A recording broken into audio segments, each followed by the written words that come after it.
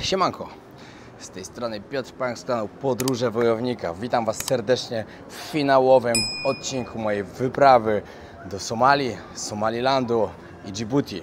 Powiem Wam szczerze tak, każdy z tych krajów niesamowicie mnie zaskoczył. Każdy był trochę inny, ale każdy był też wyjątkowy. Przede wszystkim, jak jechałem do Somalii, spodziewałem się naprawdę wielu rzeczy. Było troszkę inaczej, było na pewno... Dobra, nie mogę teraz powiedzieć, że było bezpiecznie niż myślałem, bo cały czas miałem przy sobie ochronę. Jeśli jeszcze nie widziałeś lub nie widziałaś odcinków w Somalii, bardzo serdecznie polecam. Odcinki te osiągają naprawdę bardzo dobre liczby.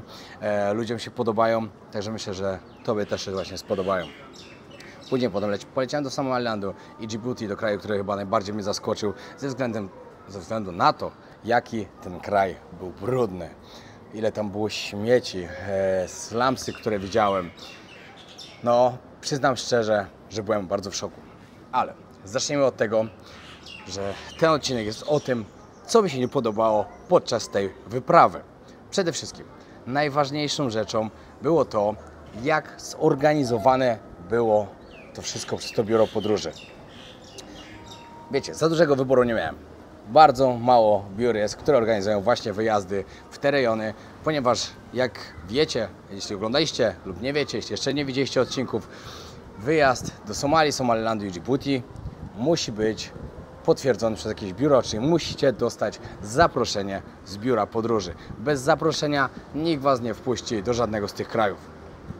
Czy krajów to tak do Somalilandu tak pół na pół powiedziane, ponieważ Somaliland nie jest całkowicie, w ogóle nie jest uznawany.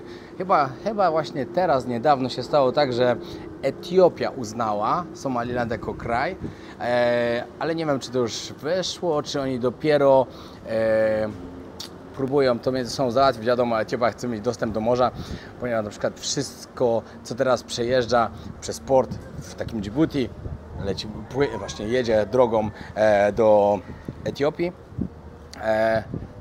No nie wiem, czy oni tam się już dogadali, czy nie. No mniejsza z tym. Tak. Żeby dostać to zaproszenie, musicie mieć zorganizowane przez biuro podróży. Powiem Wam, ile dokładnie kosztował mnie ten wyjazd. Za samą Somalię zapłaciłem $1500. Za Somaliland zapłaciłem $900. Plus za Djibouti zapłaciłem 700. Coś takiego jakoś... Tak, no coś mniej więcej koło tego. Za 2 dni, za 1 noc. Masakra. Tego już nie skomentuję. Wiecie co? Powiem Wam teraz szybko taką ciekawostkę, bo przyszło mi to do głowy.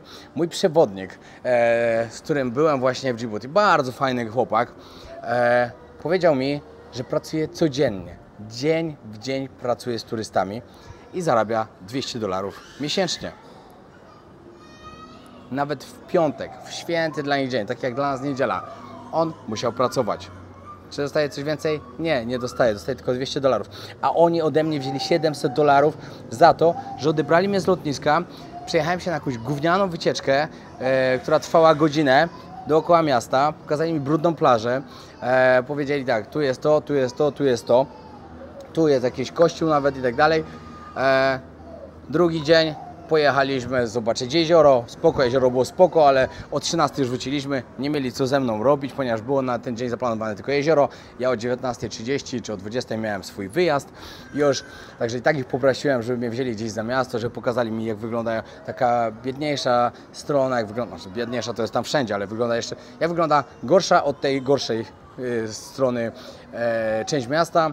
To zabrali mnie na takie slumsy, że takich nigdy w życiu nie widziałem. Ale to po prostu, bo ja sobie to wymyśliłem, że mnie tam zabrali. Odwieźli mnie na lotnisko 5 godzin wcześniej i zapłaciłem za to $700. Niczego nie rozumiecie. Ale powiem Wam taką jedną sprawę. Zacznijmy od tego, jak to wyglądało w Somalii.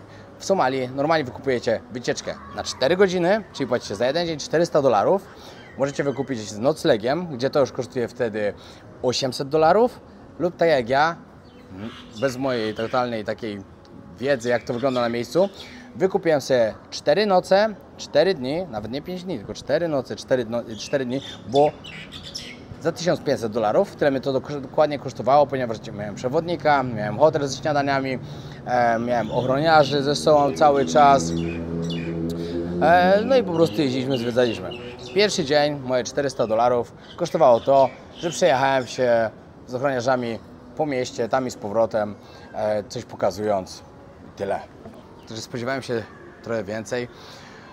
I taka przejażdżka po mieście, spróbowanie jakiegoś jedzenia, cyk, $400. Zaznaczam, że przyjechałem chyba o 14, o 17 mieliśmy już być w hotelu, także no, w sumie to tam nawet tylko 2 godziny jakieś były tej przejażdżki po tym mieście pokazania. Kolejny dzień, dobra, coś zobaczyliśmy. Kolejny dzień, trzeci też, ale większość dnia spędziłem jeszcze z innymi ludźmi, którzy też zapłacili za to. W umowie było tak, że jeśli jest więcej osób, wtedy płaci się mniej. Nikt na to nie zważał. Czwarty dzień, dzień mojego wyjazdu. Przepraszam, ja wam powiedziałem źle. Ja byłem 3 dni i 3 noce, nie 4 dni i 3 noce. 3 dni, 3 noce. Czwarty dzień, za który skasowali mnie $400, to było coś takiego, że wstałem sobie o 8 rano, poszedłem zjeść śniadanie i odwieźli mnie na lotnisko. Ja mówię dla nich, dlaczego ja mam płacić tutaj $400 za ten dzień, skoro ląduję w Somalilandzie i też płacę od razu za cały dzień, gdzie w Somalilandzie dopiero wylądowałem o 15. I wyglądało to tak, że przeszedłem się godzinę po mieście z chłopakiem i skasowali mnie za dzień. Skasowali mnie tam w sumie za 5 dni, które tam byłem, a tak naprawdę było wycieczki 3 dni. No i oni mówią, że to nieważne, bo to za ochronę się płaci $400 i za to musiałem zapłacić. A na lotnisko odwieźli mnie bez ochrony. Pojechał tylko kierowca, pojechał przewodnik, plus dodatkowo jeszcze jeden chłopak, który też był turystą, chłopak z Ameryki, którego mieli odwieźć za 2 godziny po mnie, ale stwierdzili, że pojedzie ze mną na lotnisko, bo pojedzie sobie jeszcze z nimi gdzieś i wróci. I tak to wygląda, no po prostu oszukali mnie. I śmiało mogę o tym powiedzieć. W drugi dzień reklamowałem fajnie, bo naprawdę przewodnik był świetny, wszystko było fajnie, ale to jak to było zorganizowane, to po prostu było oszustwo. Przylatuję do Somalilandu. Wcisnęli mi wycieczkę 5-dniową, bo powiedzieli, że możemy zrobić 3 dni, ale 2 dni nie będę miał później co robić. Za hotel i tak by mnie musieli skasować. Te 3 dni by kosztowały $700, przez to, że 2 dni więcej hotelu, czyli po $50 za każdą noc, wychodzi wtedy 800, a powiedzieli, za 900 dostaniesz wycieczkę 5-dniową. No i jak wyglądała moja wycieczka 5-dniowa? Także pierwszy dzień, godzinę chodziłem po mieście, to wszystko. Później jeden dzień gdzieś tam pojechaliśmy, tam właśnie jak widzieliście w odcinkach. Drugi dzień to praktycznie było tylko do południa coś robiliśmy. Drugi, trzeci dzień robiliśmy. Kolejny to odwieźli mnie już o 13 do hotelu i tak wyglądał dzień. A w kolejny w ogóle nie mieli dla mnie żadnego planu. Ja miałem lot dopiero o 13. Oni mówią, nie ma nic zaplanowane. Ja mówię, jak to nie ma nic zaplanowane, skoro ja za to płacę? Ja mam zapłacone za 5 dni wycieczki. Jak wy mi możecie powiedzieć, że nie macie nic zaplanowane dla mnie? No to wzięli mnie po mieście, żeby się przejść, żebym coś nagrał. Wzięli mnie na targ, żebym zobaczył, jak wygląda lokalny targ. I to było wszystko. Odwieźli mnie 4 godziny wcześniej na lotnisko, bo nie mieli ze mną co zrobić. I to jest nic, ponieważ to jest 5. dzień, za który zapłaciłem. On się skończył o 15, bo o 15 miałem samolot do Djibouti, o 16 byłem w Djibouti i za ten dzień od 16 godzinną wycieczkę i za drugi dzień zapłaciłem $700. Powiedzcie sobie, że ponad $3000 wyszło mi coś, co tak naprawdę moim zdaniem nie było warte nawet 2. To było tak naprawdę, ja powinienem w Somalii zapłacić za 2 dni, i 3 noclegi, to by było uczciwe. W Somalilandzie powinienem zapłacić za 4 noclegi, ale tylko za 3 dni wycieczki, ponieważ w pierwszy i w ostatni dzień nic nie zrobiliśmy praktycznie, a w Djibouti tak naprawdę miałem tylko 1 dzień i to do połowy. A oni skasowali mnie, jakbym tam siedział z ponad 2 tygodnie. No może przesadziłem, ale jakbym tam siedział dużo więcej niż siedziałem. To było bardzo, bardzo nie w porządku. Poczekajcie, wezmę sobie tylko posłodzę kawę, bo zaraz będzie zimna. Wiecie, jak mam z kawą? Kocham kawę, jestem totalnym kawoszem, ale łyżeczką cukru zawsze muszę przełamać smak. Już jest trochę zimna. No, czyli biuro, z którego jechałem, co jak co, ale polecić wam nie mogę. Chyba że po prostu zrobicie sobie tak, że skorzystacie z tego biura, Pojedziecie sobie na 1 lub 2 dni, na przykład do takiej Somalii, żeby zobaczyć tę Somalię. Bo szczerze mówiąc, ja jadąc do Somalii miałem zupełnie inne plany. Znaczy jadąc dokładnie do Mogadiszu, bo poza Mogadiszu nawet nie możecie nigdzie wyjechać. Ja miałem plan taki, że pojedziemy na ten najbardziej znany, taki największy targ, który jest w Mogadiszu. Nie można. Myślałem, że pojadę do miejsca, gdzie spadł helikopter, który był kręcony, helikopter w ogniu. Nie można tam pojechać. Trzeba płacić ekstra za pozwolenia i tak dalej, bo wiecie, w Somalii są takie jakby klany. Każdy klan ma tam inny rejon i co na przykład przeprawa przez jakiś punkt kontrolny, bo trzeba by było tam parę przejechać, żeby tam dojechać przez miasto, no trzeba by było po prostu każdemu dać w łapę. Bo w Somalii też po prostu każdemu się dawało w łapę. Tam wiecie, na każdym kontrolnym punkcie mój przewodnik musiał wysyłać tam $1, 2 albo coś dla ludzi, którzy siedzieli, łaskawie za to, że nas puszczą. Oczywiście jakbym chciał pojechać tam zobaczyć ten helikopter, byłoby to dużo więcej, ponieważ jest to znane miejsce. Oni w ogóle tam bardzo źle się wypowiadają o tym filmie, bo mówią, że to jest hollywoodzka produkcja, że to jest okłamane, że to nie wyglądało wcale tak jak na tym filmie. No ale wiadomo, każda strona będzie miała swoją wersję. No, to jest akurat normalne. Ale no myślałem szczerze mówiąc, że więcej zobaczę. Przez to, ile tam spędziłem dni, powtarzały się rzeczy, które widziałem. Wiele osób mówiło, że spodziewało się dużo więcej po tych filmach. Ja sam się spodziewałem dużo więcej i ja to śmiało przyznam. Naprawdę nagrałem tyle, ile tylko byłem w stanie. Nagrywałem wszędzie, nawet tam, gdzie mi mówili, że nie wyciągał wszędzie tych aparatów. Ja tak z tajniaka starałem się kręcić, żeby zrobić jak największe materiały dla Was. Takie kraje jak Somalia, Somaliland, chociaż w Somalilandzie to jeszcze zwracali mi uwagę, ale było lepiej niż na pewno w Somalii. W Djibouti w ogóle była totalna porażka z nagrywania. Tam jak gdziekolwiek ktoś tylko widział, że wyciągam kamerę, od razu było, żeby nie nagrywać, oni nie lubią być nagrywani. Mimo że ja wiele razy tłumaczyłem, że jestem blogerem podróżniczym, że nagrywam, że chcę pokazać, jak to ładnie wygląda i tak dalej. Ładnie, to wiecie, w nawiasie ładnie. No to i tak ludzie tego bardzo nie lubili. I właśnie zastanawia mnie też jedna rzecz, jak polecę do Erytrei, bo wybieram się tam na przełomie maja i czerwca. Parę osób też pytało, dlaczego tam jeszcze nie byłem, jak byłem już tak blisko. No akurat teraz miałem parę dni, nie miałem czasu tam pojechać i podróż tam też jest bardzo droga. Wiem, że samo zezwolenie, że tam przyjechać i jakieś, nie wiem, 2 dni, chyba 2 dni kosztują około 1000 albo ponad $1000, żeby tam spędzić. Te rejony Afryki są bardzo drogie. Wiecie, co jest najlepsze, że każdy sobie myśli, taka, mrówka mi gryzie, taka biedna Afryka, pewnie jest mega tanio, a pojechać sobie do takiej właśnie Erytrei albo spędzić parę dni tam w Somalii, wyjdzie Was więcej niż spędzić parę fajnych dni w hotelu 5-gwiazdkowym w Dubaju. Taka jest prawda. Tam są po prostu kosmiczne ceny. Oni wiedzą, że tam nie przyjeżdża każdy, przyjeżdżają podróżnicy, przyjeżdżają ludzie, którym zależy, żeby tam przyjechać i ludzie, którzy zapłacą za to.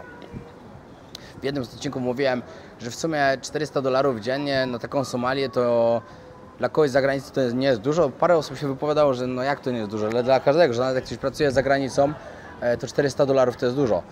Tylko że tak, wiecie, ja miałem 2 ochroniarzy, takie ochroniarze, że no sorry, umówmy się, ale bardziej ja chyba bym ich bronił niż oni mnie. Mimo, wiecie, no mieli pistolety przy sobie, no ale dobra, no nie wyglądali mi na, wiecie, jakichś zawodowych ochroniarzy, którzy, wiecie, z kilometra wyczują, że coś jest nie tak, że ktoś idzie z bronią i będzie próbował coś mi zrobić. Przewodnik był świetny. Co do przewodnika nie mam żadnych zastrzeżeń, bo przewodnik naprawdę był świetny.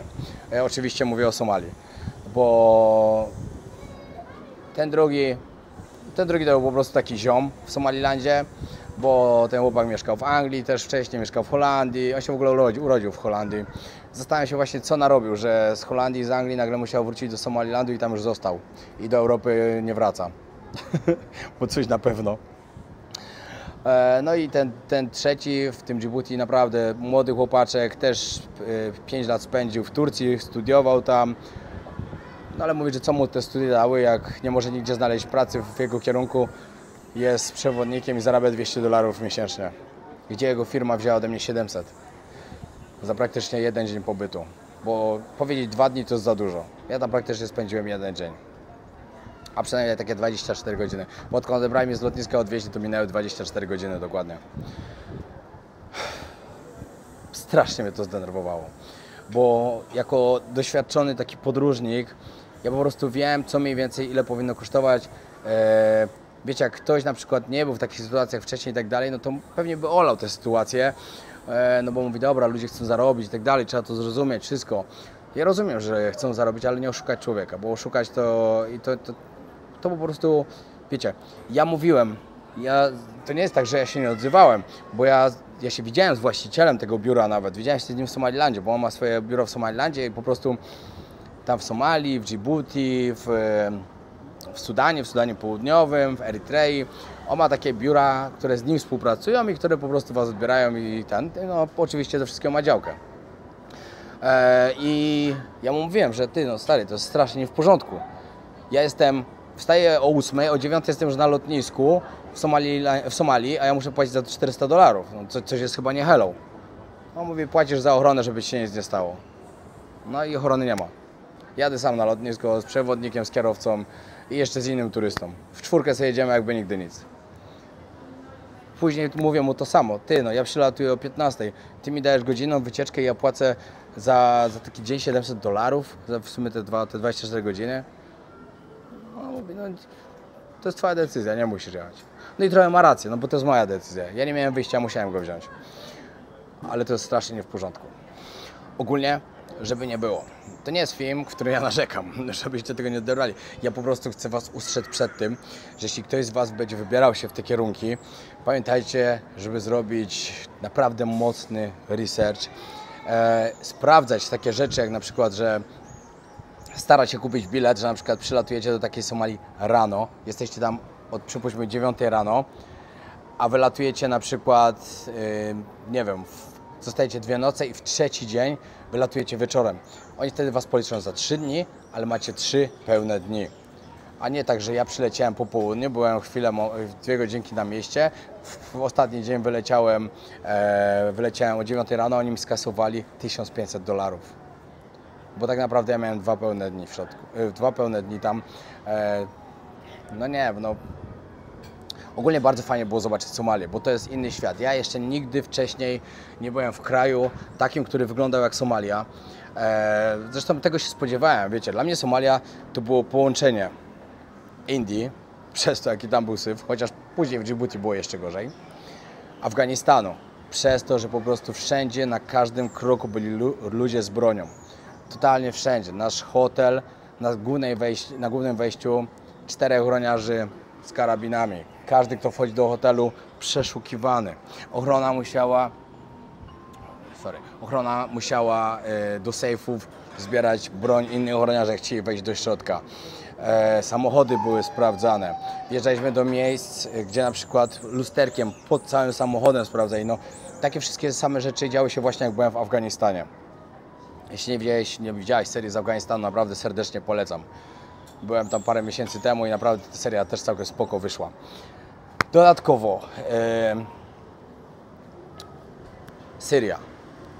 Dalej widać, znaczy, że Syria to kolejny kraj, który mi przypominał właśnie trochę, znaczy Somalia przypominała Syrię, o tak powiem.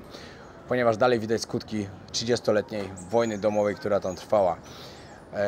Bardzo dużo budynków poburzonych, szczególnie tam w Starym Mieście, przy plaży i tak dalej. Tam cały czas widać ślady kul, które są w budynkach.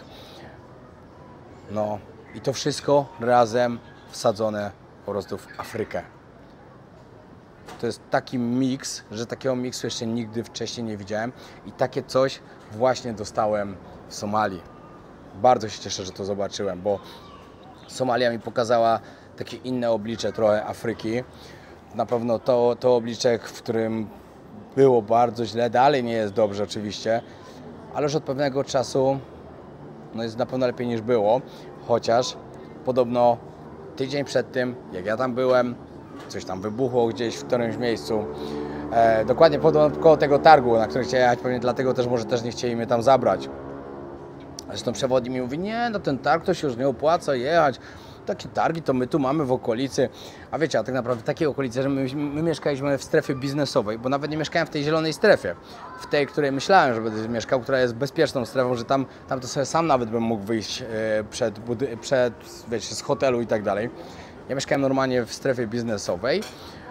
No i zabierał mnie do Starego Miasta, ale w Starym Mieście to już mieliśmy żołnierza z karabinem, że wszyscy widzieli, że ten żołnierz z nami idzie. No ale do tych miejsc, do których chciałem pojechać, chciałem przygotować odcinki fajnie właśnie na temat tego, jak wygląda to miejsce, gdzie był kręcony helikopter, gdzie na podstawie którego był nagrywany film Helikopter w ogniu, bo tak nie wiem, czy wiecie, to w ogóle w tym filmie nie występują Somalijczycy i w ogóle ten film był kręcony w Maroko, to żebyście o tym wiedzieli. On w ogóle nie był w Somalii kręcony i tam nawet nie występują Somalijczycy.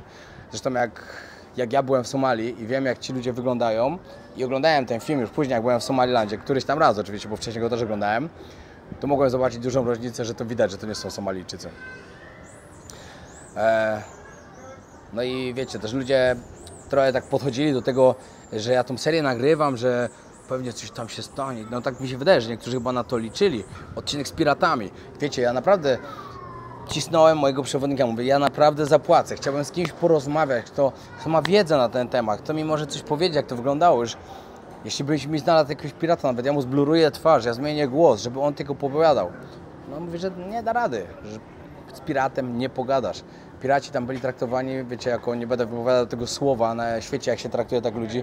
Oni byli tam normalnie przestępcami i tak dalej, którzy napadali, ale też dużo ludzi o tym wiedziało, że to tam się dzieje, że ten proceder się dzieje. To byli biedni rybacy, którzy po prostu zarabiali, także oni na początku też na pewno nie byli jakoś ścigani za to, bo robili swoje. No później wiadomo, światowe, różne kraje wzięły się za to, zaczęły wynajmować najemników, którzy bronili statków, ludzi z bronią już totalnie, żeby to się działo i tak dalej. No i wiecie, różne patrole i tak dalej. No i poradzili sobie z tym. Praktycznie teraz mi powiedzieli, że piractwo na wodach tam somalijskich praktycznie nie występuje. A też jak popatrzycie na mapę świata, jak zobaczycie właśnie przez te wody, przez to zwierzę, które jest przy Dżibuti dokładnie, między właśnie Jemenem a Dżibuti, poniżej jest Somalia, dalej wpływa się w kanał Suezki, to wszystkie statki, które płynęły do Europy, z Europy, tam naprawdę bardzo duże floty przepływały z różnymi towarami i tak dalej. No oni mieli tam co rabować, mieli bardzo duże pole do popisu. Ogólnie tak, czy pojadę jeszcze kiedykolwiek do Somalii? Nie wiem, myślę, że przez najbliższe parę lat na pewno bym się tam nie wybrał. Jeśli byłaby kiedyś możliwość taka, żebym zwiedził Somalię, ale nie tylko Mogadiszu, żebym mógł zobaczyć, jak wyglądają inne rejony, jak wygląda życie ludzi tam na wsiach, w tych małych miasteczkach i tak dalej, to myślę, że bardzo chętnie bym jeszcze raz pojechał, ale dopóki się nie pojawi taka możliwość, żebym tylko mógł pojechać do Mogadiszu kolejny raz, to nie, do Somalii już się nie wybieram. Do Somalii już bym nie pojechał. Jest to kraj, który wystarczy zobaczyć raz, który wystarczy po prostu, brzydko to nazwę, ale odhaczyć. Byłem i nie ma po co. Do Somalilandu tak samo. W Somalilandzie wystarczy pojechać raz, bo tam nie ma co robić. Ja i tak, wiecie, podróżowaliśmy za miasto, zobaczyliśmy te największe atrakcje, nic więcej tam ciekawego nie ma, co mogłoby mnie przyciągnąć, żeby znowu tam przyjechać. Do Dżibuti też nie. Oczywiście, to jest kraj, który zobaczyć warto tylko raz i nie ma po co. Jest wiele takich krajów na świecie, które wystarczy zobaczyć tylko raz, no bo tak naprawdę nie ma potrzeby takiej, żeby tam jeździć. Ludzie mówią, bo co można zobaczyć w 3 dni? No w takim Somalilandzie w 3 dni, zapłaciłem za 5, o tym nie wspomnę. Można zobaczyć bardzo dużo, można zobaczyć większość rzeczy, które tam po prostu są do zobaczenia. W takim Dżibuti też.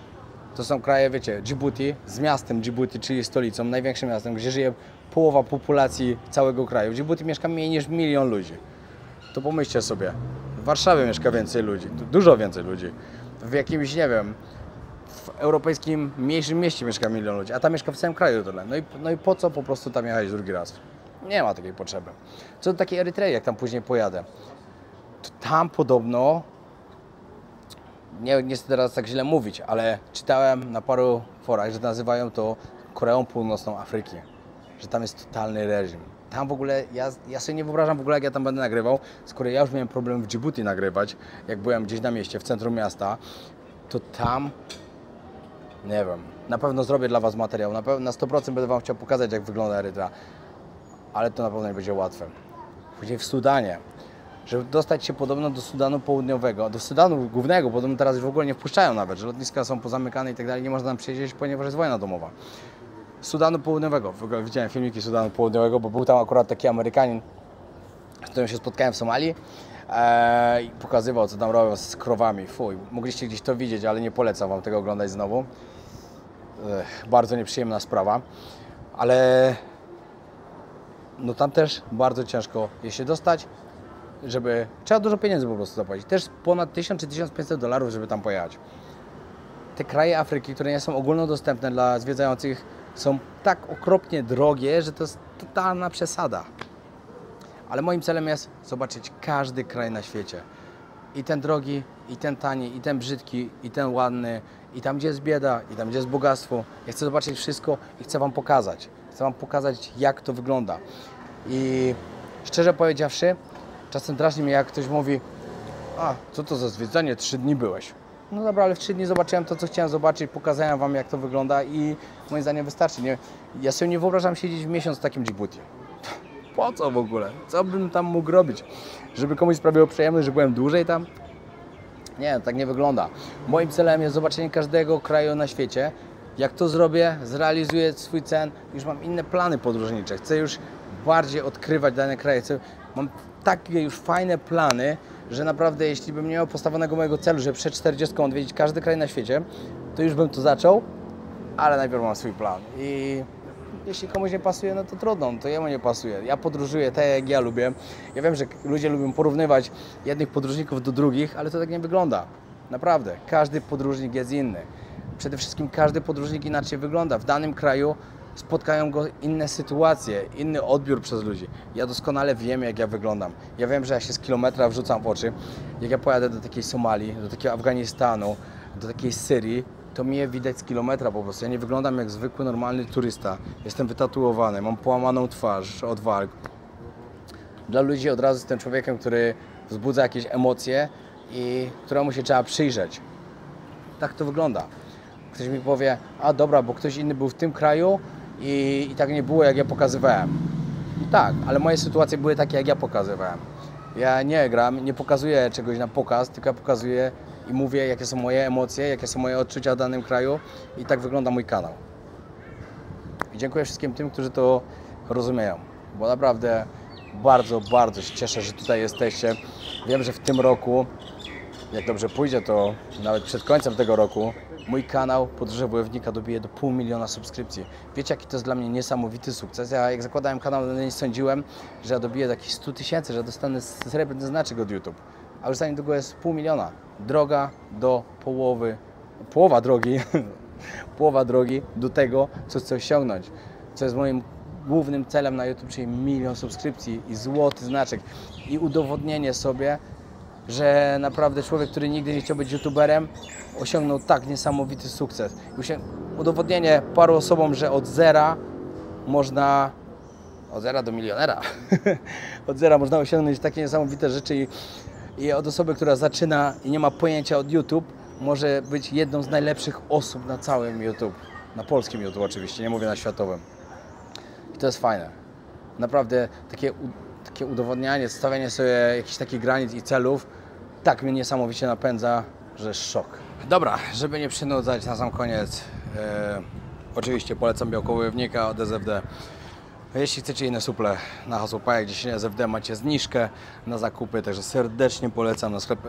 Oczywiście w sklepie online, w sklepach stacjonarnych to nie działa, każdy właściciel jest inny, ale online możecie znaleźć i w ogóle niedługo wydajemy nowy produkt już z serii Wojownika, także już niedługo czekajcie na to. No, także dzięki wielkie, że oglądaliście.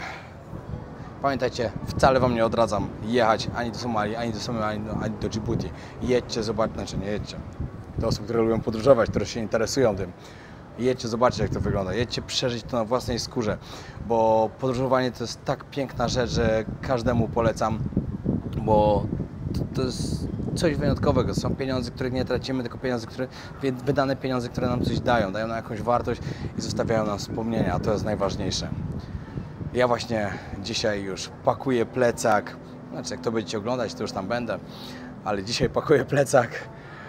Jutro wylatuję do Omanu, a z Omanu następnie lecę do Iraku. Także kolejna seria, będą to odcinki z Iraku. Znaczy teraz 2 odcinki kolejne, zobaczycie jak przebiega sprzątanie i remont domu, który tutaj kupiliśmy. A uwierzcie, że bardzo dużo roboty z tym było. Także możecie jak to wygląda, zobaczcie jak to wygląda, powiem wam jakie ceny za co były, żebyście byli świadomi. No i później zapraszam na odcinki z Iraku. Pozdrawiam serdecznie. Jak wam się podobała seria, którą zrobiłem, podobały wam się te odcinki, pamiętajcie, żeby zostawić subskrypcję, bo to bardzo dużo dla mnie znaczy. Dzięki wielkie, pozdrawiam.